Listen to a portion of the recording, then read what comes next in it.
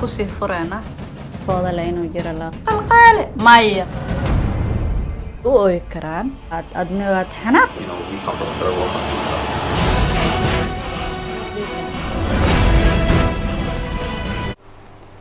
السلام عليكم ورحمة الله وبركاته كسو دوادا جانل كينا كوبعينتا قراتك عرورتا ولاشين رحمة حسين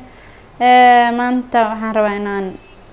كوضا هذا النوع فيديو قام حوضا والصعدا فيديو جي هورو oo ahaay garaacitaanka hala joojiyo insha Allah su'aalooyin badan oo lii soo weydiiyay kadib ayaan waxaan isdhahay bal kan ka hada oo ku saabsan ciyaalkii hadal ma maqlayaan waxa lagu sameeyaa marka waxaan idin leeyahay cunug kasto oo socdo hadda kula hadashid luqadiisa jaceelka ah إن شاء الله وحنا قناعة عنكو دجا نقول وهذا الكذا دجستو وأمر كذا قاتو مركتاس مؤبهنا دونتت إناد قل استعمال مركز إن شاء الله شن لوقت أو جعلك كهلان لكن إن الشنطة فهمتت وأنا فهمتها مرك أهرس وأنا برنا marka barano kadib akula dhaqano insha Allah way hagaagaysaa marka shanta saaraba laba kamid ah inaan ka hadlo number 1 cunuga koowaad oo luqadiisa kula hadlaan waxa waa cunuga markaad soo dhaweysato madax u salaaxdid ee sheek habsiisid maxaa la dhihi jiray give me 5 adhahdid adi whatever oo taabatid oo ku arkaayo inaad oo markino oo jeceshahay agtaada muhiim ka tahay agtiisa muhiim ka tahay ama agtaada muhiim ah ka tahay oo qiimeynayso marka cunuga oo fahmaysaas oo dhaha ruuxan oo ruux ku qiimeynaya oo ku jecel yahay aabo ku jecel yahay hooyo ku jeceshahay ma lagu nacbo dan markaas waxa dhacayso cunuga inuu isku ka furfuro oo agtiisana qiimo weyn kala haatid agtiisa marka qiimo weyn kala haatidna waxaa dhacay dhaga nuglaan inuu ku dhaga nuglaado marka sababa marka ogaanays numberka cunuga koowaad waaya sababa marka ogaanaya waa ogaa kartaa waalid hadaa tahay macallin hadaa tahay waa ogaa kartaa maxaa ku ogaa kartaa hadaa u fiirsatid oo si fiican ugu fiirsatid carruurtaada haday badiin hal hada oo 10 ahaan oo qaad cunug kasto muxuu jecel yahay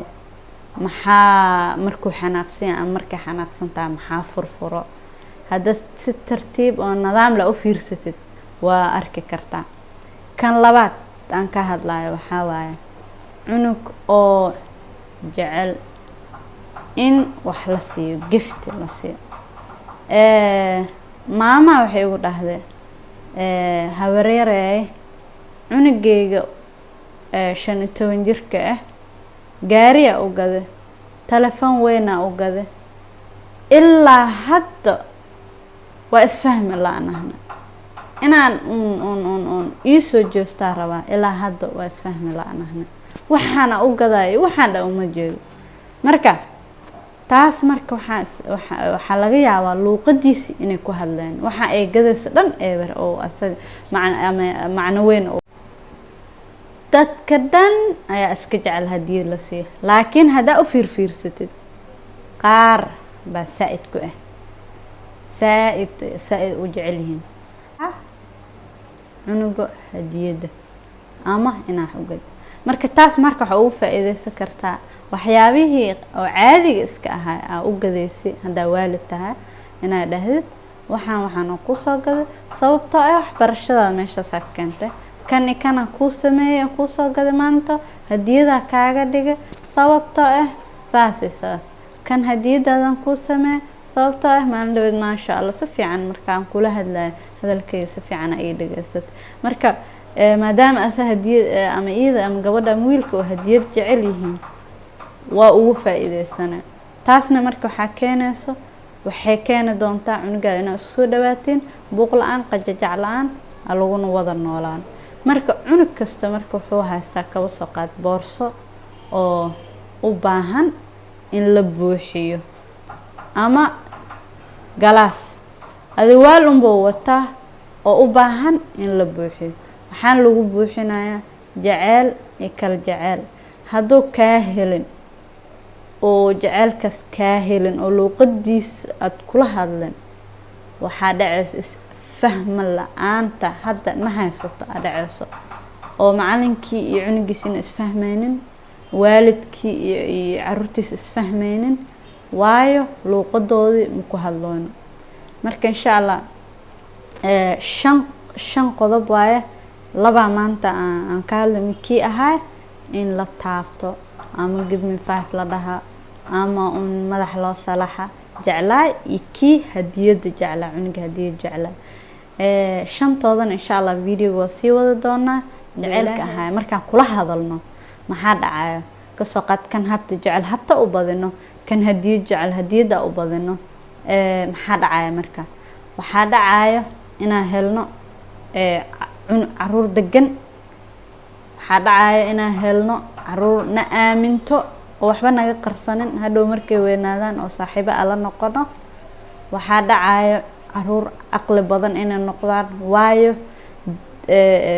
qasabkan aan ku wadno dagaalka aan ku wadno haddii laga joojiyo oo luuqadooda loola dhaqmo waxaa dhacayso inay maskaxdooda korinkooda oo ay socoto, maskaxda korinkeeda ay socoto oo ilmo aqli badan ay noqdaan. waxaa dhacayso xumaanto iyo wanaaga inay kala gartaan oo cunugaada markuu oo teenager uu ku gaaro inuu ruux walba iska raranin oo sidii loo rabo oo loola dhaqmo oo wixii wanaagsan uu garto, wixii u xun oo garto, wixii oo islaamka na faray oo garto, wixii naga reebina oo garto. hadda kale waxay noqonaysaa ilaa wuxuu raadinayaa boorsada in loo buuxiyo raadinaya wax si kasto oo ku heli karta ama uu ku heli karo inuu raadiya dhacayso hadaan annaka u buuxinin oo hadhowna uu ka fiirin waxaan xalaal miya waxaan xaraam miya oo ka fikirin ama ay ka fikirin, laakiin oo raadiyo oo soo ku heli lahaa uu raadinaya jacaylka soo ku heli lahaa uu raadiyo. marka inaan luuqadooda oo jacaylka u fiirsan oo marka ogaano aan kula hadalno waa muhiim. qaar waxa arkaysaa inaa markaad aad madax ka taabato ama hab aad sii rabtid oo ku adaa dhashay jeclaanbo midna maba ka daalaanbo.